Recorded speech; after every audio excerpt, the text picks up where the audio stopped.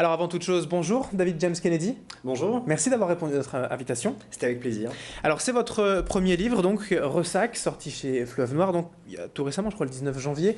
Le 9 janvier, Le 9 janvier exactement, voilà.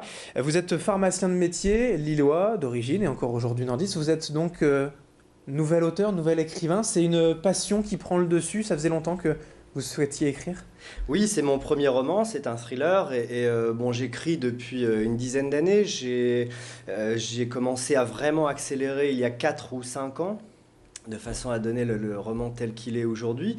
Et donc c'est un rêve qui se réalise, évidemment, c'est une passion depuis plusieurs années. Et bon, c'est passé de l'autre côté, je dirais là. Alors le style, hein, le domaine, le thriller, c'était essentiel pour vous? C'est vraiment ce qui vous caractérise, en tout cas ce qui vous plaît?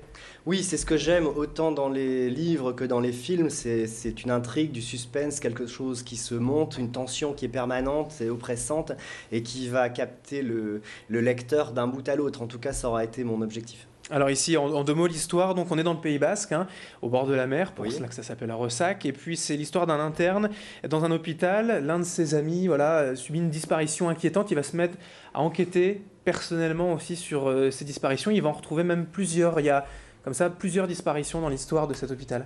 Oui, l'histoire commence donc dans un hôpital militaire de la côte atlantique qui est en réalité un ancien monastère qui est bâti en front de mer, hein. Cette nuit-là, l'océan est déchaîné et un interne, Jean-Christophe Dorjec, s'est appelé au chevet d'un patient et il découvre une chose terrifiante, c'est-à-dire que l'homme est inconscient avec une grave blessure au niveau de l'œil. Donc il va s'élancer sur les traces du coupable et il va disparaître.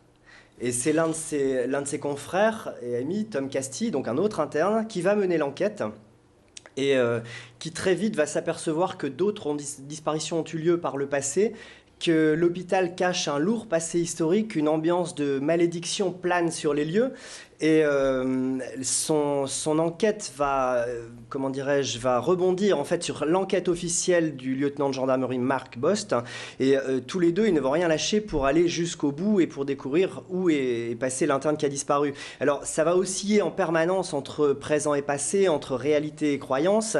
Et le gendarme, lui, sera plus sur le versant officiel, hein. Il baignera aussi dans un univers décalé, puisqu'on abordera des expériences médicales interdites, sans trop dévoiler, évidemment. Ouais. Justement, vous parlez donc réalité, croyance, il y a un peu de fantastique puisqu'on parle de malédiction, d'un vieux monastère, donc quand même on met les pieds un peu dans le fantastique là. C'est un thriller réaliste, mais j'ai aimé la toile fantastique en toile de fond, en ambiance de fond. D'accord, en toile de fond il y a aussi ces personnages, on n'est pas sur une enquête policière directe, il y a aussi une enquête personnelle, quelqu'un qui devient enquêteur, ça c'est quelque chose qui vous tenait à cœur? Oui, tout à fait, c'est un médecin à la base. Bon, je suis issu d'un milieu médical, donc c'était facile pour moi, c'était plus facile d'écrire sur quelque chose que je connaissais. Et en même temps, l'interne est dans l'hôpital, donc il est intimement lié au lieu qui tient une place prépondérante dans toute l'histoire, hein. L'ambiance atlantique, l'hôpital lui-même est un personnage à part entière dans l'histoire. Et donc c'était très important pour moi d'avoir quelqu'un qui puisse sentir un peu la pulsation de ce lieu. Dans votre parcours, quelles références on peut donner aux gens qui nous regardent, des références d'auteurs, de thrillers aussi, qui peuvent s'apparenter à votre style peut-être?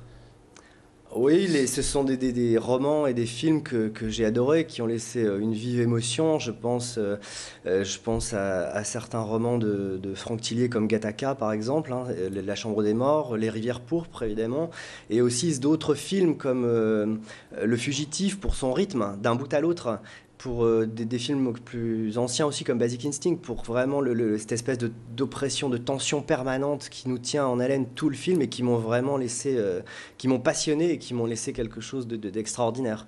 Et références aussi, c'est ça, c'est plutôt des auteurs français, vous disiez Franck Tillier, peut-être Maxime Chatham aussi, d'autres dans ce goût-là, plus que des Américains? Il y a eu des auteurs américains aussi, hein, je pense à Michael Connelly, Créance de sang, ou évidemment Harlan Coben, Ne le dit à personne, ou Disparu à jamais. Tout ça, ce sont des romans qui m'ont vraiment marqué. Alors justement, vous parlez de Michael Connelly, un mot quand même de votre nom, hein, pour tout de suite couper. David James Kennedy, c'est d'origine irlandaise, rien à voir avec John Fitzgerald? Non, ou alors très loin, en tout cas je m'en souviens pas. Ouais. C'est d'origine irlandaise, oui, mon arrière-grand-père était irlandais et il a émigré à Londres tout d'abord. Mon grand-père est né à Londres, il y a vécu jusqu'à l'âge de 10 ans et ensuite la famille s'est établie dans le nord de la France et ne l'a plus quitté depuis. Très bien, premier livre Ressac, donc signé David James Kennedy. Peut-être déjà des idées pour le suivant, pour le prochain? Oui, oui, tout à fait. Le suivant est déjà bien avancé, je dirais. Bon, évidemment, vous savez que le premier a plu quand j'ai su qu'il avait été accepté par Fleuve Édition, et ça booste, hein, le turbo se met en marche, et puis on prend confiance, on écrit beaucoup plus rapidement, beaucoup plus facilement aussi, et on évite aussi pas mal d'écueils qui ont été rencontrés durant l'écriture du premier et qui ont rallongé un petit peu le temps. Les premiers retours là pour le livre sorti il y a à peine un mois, mais sont déjà positifs. Oui, c'est un rêve, vraiment. Je suis vraiment très, très, très satisfait, ravi, et je m'attendais jamais à ça. Alors peut-être passer de l'autre côté, mettre la carrière de pharmacien de côté pour devenir auteur à plein temps, ou ça c'est pour plus tard encore? Ouais, pour l'instant, j'aimerais vraiment trouver un équilibre. J'aimerais écrire peut-être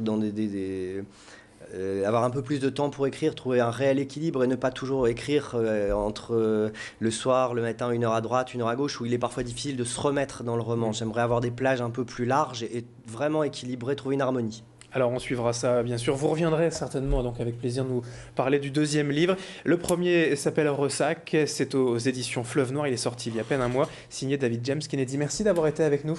Merci à vous, c'était vraiment un grand plaisir.